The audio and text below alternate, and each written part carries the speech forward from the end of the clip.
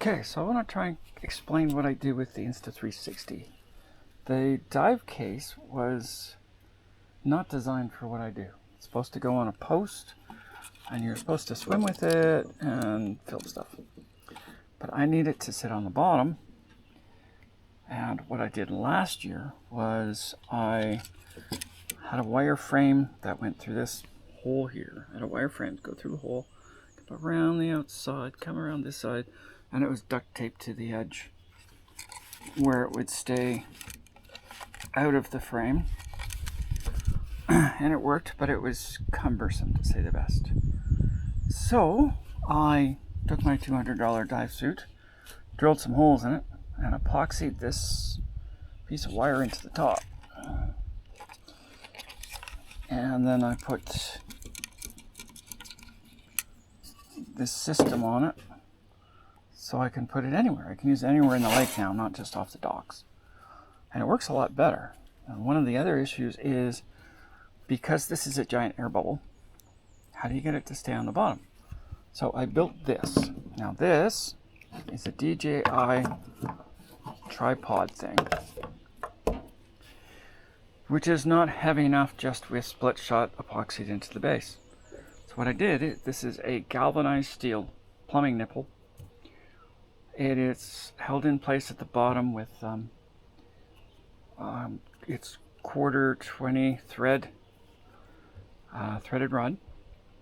There's a washer and a nut at the bottom, and then inside is lead split shot and steel epoxied inside, and then it capped with that again, and that makes this heavy enough to sink the whole thing.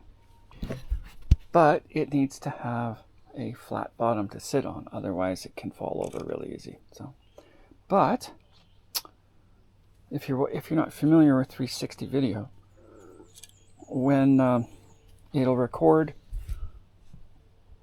out that side and that side at the same time. It records out of this lens and this lens at the same time. So it's shooting like that. When I'm editing, and if you can track the fish moving past the camera, the Insta360 Studio program fills in the gap here where there isn't anything. And that's why you see it kind of weird transition as it goes past that part that it's making up. Now, this thing's really delicate, and I dropped it once. And now there's that abrasion there that shows up in the videos. But we're gonna go put it in the water. I've never had a fish run into the rope that goes from the dock to the cameras or from the float to the cameras. That's never happened.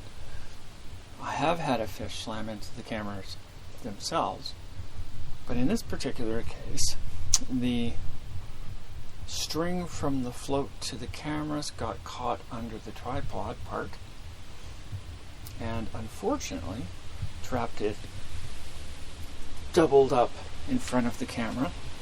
It was unfortunate because there was a lot of activity that day. However, this shows you one of the downsides of this type of system. I'm hoping it doesn't happen again. We're still early in the season here. And the other issue I have is I find the Insta360 Studio editing program to be very difficult to work with.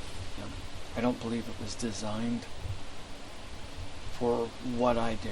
It's designed for having the camera moving, not having things moving past the camera.